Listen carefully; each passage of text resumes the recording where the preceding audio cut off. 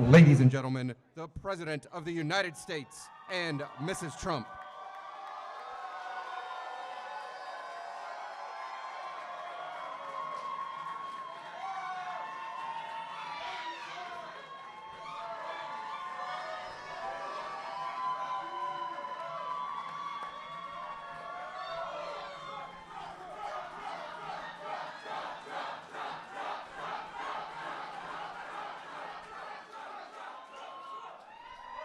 Wow. Thank you very much. Wow, what a good group this is. This is the future. This is the future. True. That's true. The First Lady and I are thrilled to host so many friends and pastors and government leaders, and our stage is being filled up with a bunch of winners like you, because I know you for a long time, Bob. And I want to thank you very much. Special guy, special friend for a long time. To be at the White House to celebrate African American History Month. Big month. Do you like the White House, right? This is the place, right? You know that. We're also grateful to be joined by our wonderful Vice President and Second Lady, Mike and Karen Pence. Hi, Mike. Hi, Karen. Mike, come on over here. Come on over here. Get up here, Mike. Come on, Karen. What a job they do. Today we are here to honor the extraordinary contributions of African Americans to every aspect of American life, history, and culture. From the earliest days of this nation, African American leaders, pioneers, and visionaries have uplifted and inspired our country in art, in science, literature, law, film, politics, business, and every arena of national life. The depth and glory of these contributions are beyond measure. You know it, I know it, and everybody knows it. We especially pay tribute to the African American heroes who have sacrificed in the name of freedom, equality, and dignity for all Americans. Thank you. Every citizen alive today and generations yet unborn are forever in debt of the brave souls who stared down injustice and championed the eternal cause of civil rights. We're joined for tonight's ceremony by many distinguished guests, including Surgeon General Jerome Adams. Where's Jerome? Jerome, get up here, Jerome. Come on, Jerome. Thank you very much. Hi, Jerome. Been a little while, huh? Thank you very much. Great job you're doing. I'd also like to thank all of the members of my cabinet who are in attendance. We have a lot of them here tonight, and I want to thank you very much for being here. You're doing a great job. You just take a look at our economy, stronger than it's ever been before.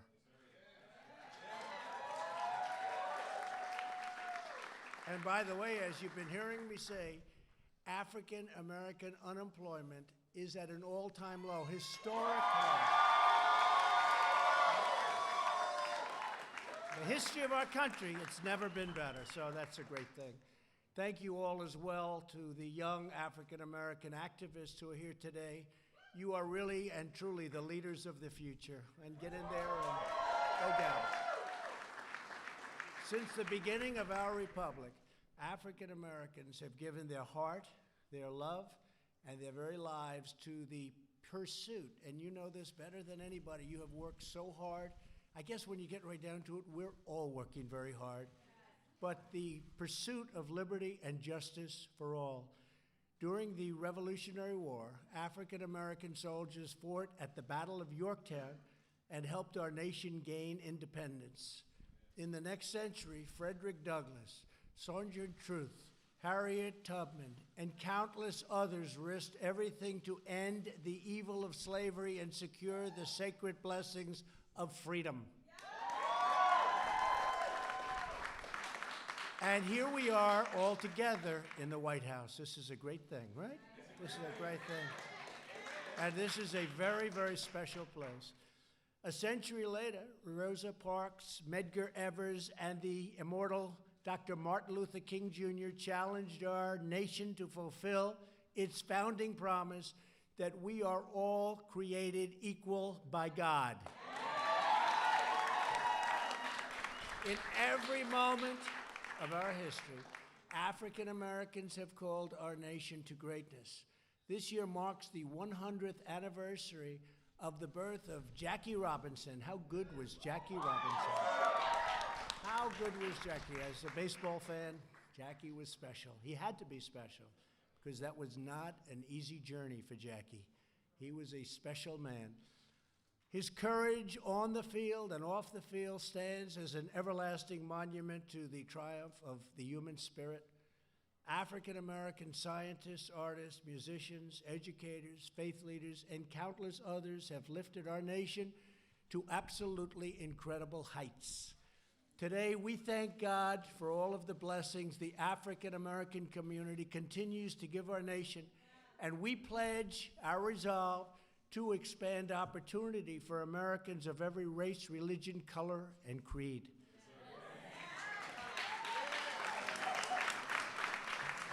Since my election, we have created 5.3 million new jobs.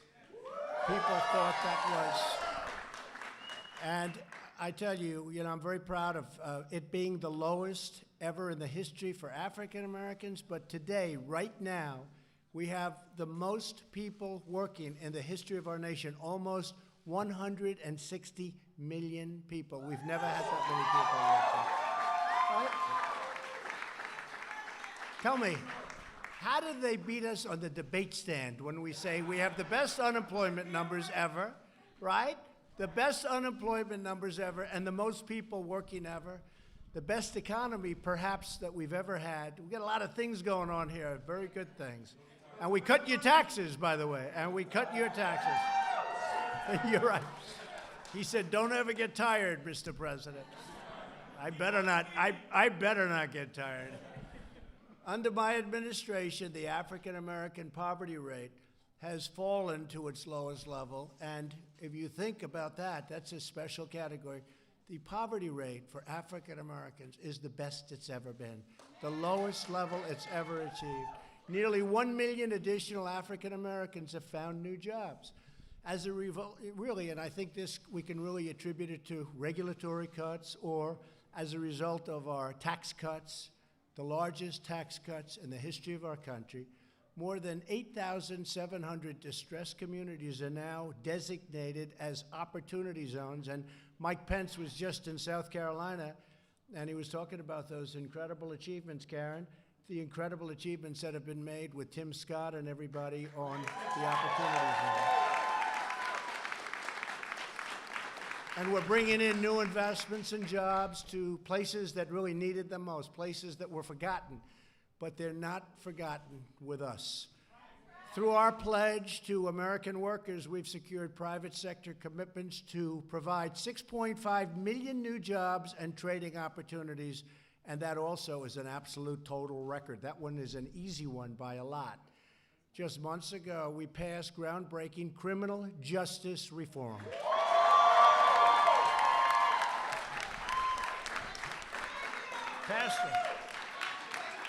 Pastor. We have Pastor Darrell Scott. Will you come up here, Darrell? Darrell, get up here.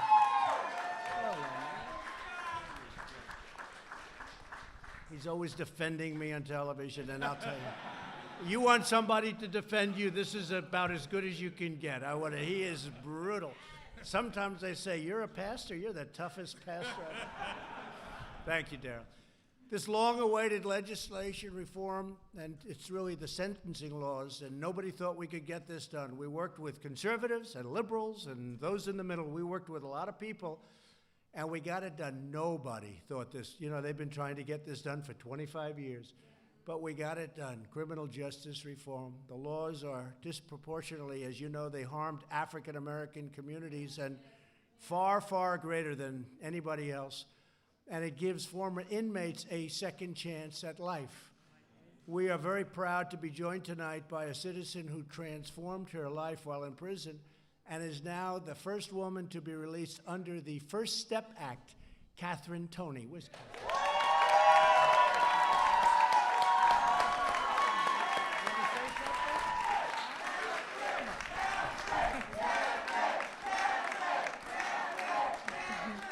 Yes, I just want to thank the president and everybody that worked so hard, Jared, for working so hard on this prison reform First Step Act, because if it wasn't for them, I wouldn't be standing before you all today.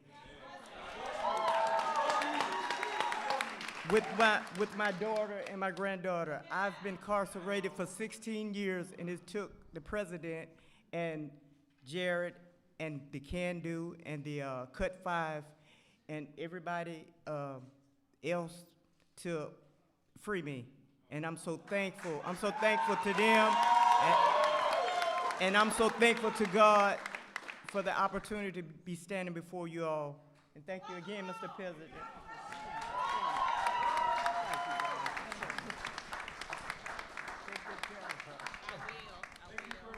That's so nice. And I'll tell you, as far as criminal justice reform and other things, Jared, thank you. What a great job. What a great job. He doesn't want praise. He doesn't want praise, but it was so nice to have you come up and just say, and Jared, thank you, like your best friends. You probably know him a little bit. Yes, I do. It's incredible. He's incredible. It does so much. Thank you, Jared. That was amazing. That was a great tribute to you. During the State of the Union address, I also called on Congress to pass school choice.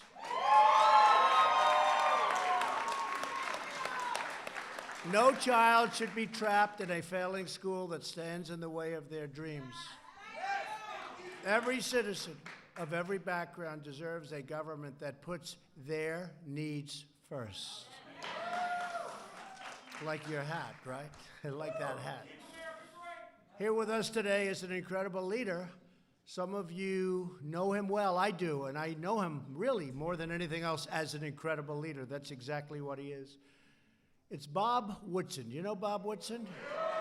You will, because he's got an incredible story. Bob joined the Air Force in the 1950s. You don't look that old, I'll tell you that. 1950s, really? Wow, you're in good shape. I want to talk to him later, find out what's going on. While he was stationed in the Deep South, he confronted discrimination firsthand. He then became a civil rights leader, met Dr. King, and was jailed for leading a very peaceful protest. As Bob puts it, even when defeat was all around us, it was not in us. I like that. That's beautiful, right? That's beautiful. Over the last 50 years, Bob helped found social enterprise movements and to restore jobs, dignity, and hope within the heart of very, very distressed communities. Bob, I want to thank you very much. You are a very special man, and having you at our place in New Jersey for a little while, and you helped me so much with making a couple of our good choices. We really appreciate you being here. Thank you, Bob.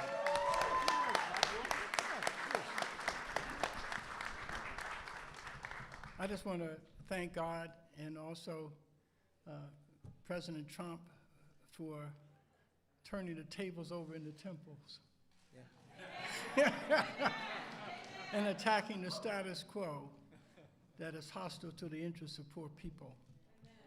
And I also want to bless you for your administration and the policies of opportunity zones and to giving low-income people an opportunity to help themselves. That's all they want. They want an opportunity to achieve, and your administration is working with us to make that happen. Thank you, Bob. Mr. President. Great guy. We're also very proud to be joined by Clarence Henderson, who was among the first students to begin the Greensboro sit-in. You know what that is, right? In 1960, on the second day of the sit-in, Clarence was one of the 4 students who sat at the long segregated Woolworth's lunch counter, very, very famous event in Greensboro, North Carolina. He helped spark a national movement in cities and towns all across America. Students joined in the protest, and really it was an incredible moment in the history of our country. The grave injustice of segregation was really spelled out loud and clear. After more than 170 days of protest, the Woolworth lunch counter finally integrated. That was, doesn't sound like such a big deal, Bob, but it was a big, big deal, right? As Clarence has said, it doesn't take many people to make a change. It just takes courage. And Clarence, you have incredible courage, and I want to thank you very much for being here.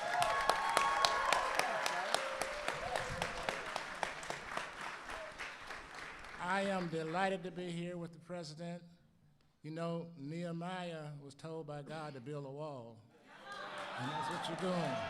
Thank you. Amen.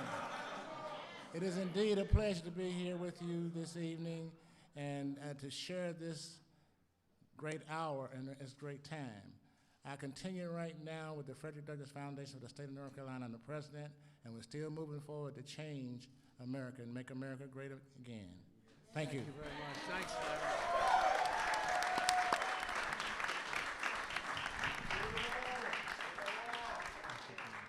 So nice. As we commemorate African American History Month, we remember the words of Dr. King. In 1964, he said, "When years have rolled past, children will be taught that we have a finer land, a better people, a more noble civilization, because these humble children of God were willing to suffer the righteousness' sake." And you know, nobody said it better than Dr. Martin Luther King, and few people had words so beautiful as Dr. Martin Luther King Jr. Don't you agree? Don't you agree, Bob? He made us all look maybe not quite as good. Great man. Today, we remember the heroic legacy of African Americans who bravely battled oppression to usher in a bright new dawn of freedom. It's exactly what you're doing. And you are at the forefront. You know, this is a new age. This is a very exciting time. It's a very exciting time for our country. Our country is respected again all over the world. They are respected. Like we haven't been respected in many, many years, I'll tell you. And thanks to you also, and thanks to you. Look at the progress that you've made. Look at those numbers that I gave you before with unemployment and all of the other numbers that we have together. So we pledge in the honor of our great African American community to build a future where every American child can live in safety, dignity, liberty, and peace. As Americans, we all share the same dreams, the same hopes, and the same magnificent destiny. We are now and will forever be one people, one family, and one glorious nation under God.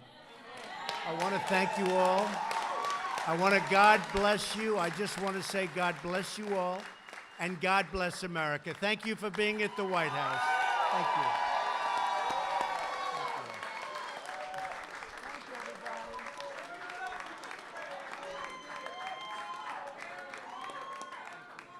Thank you, everybody. Good.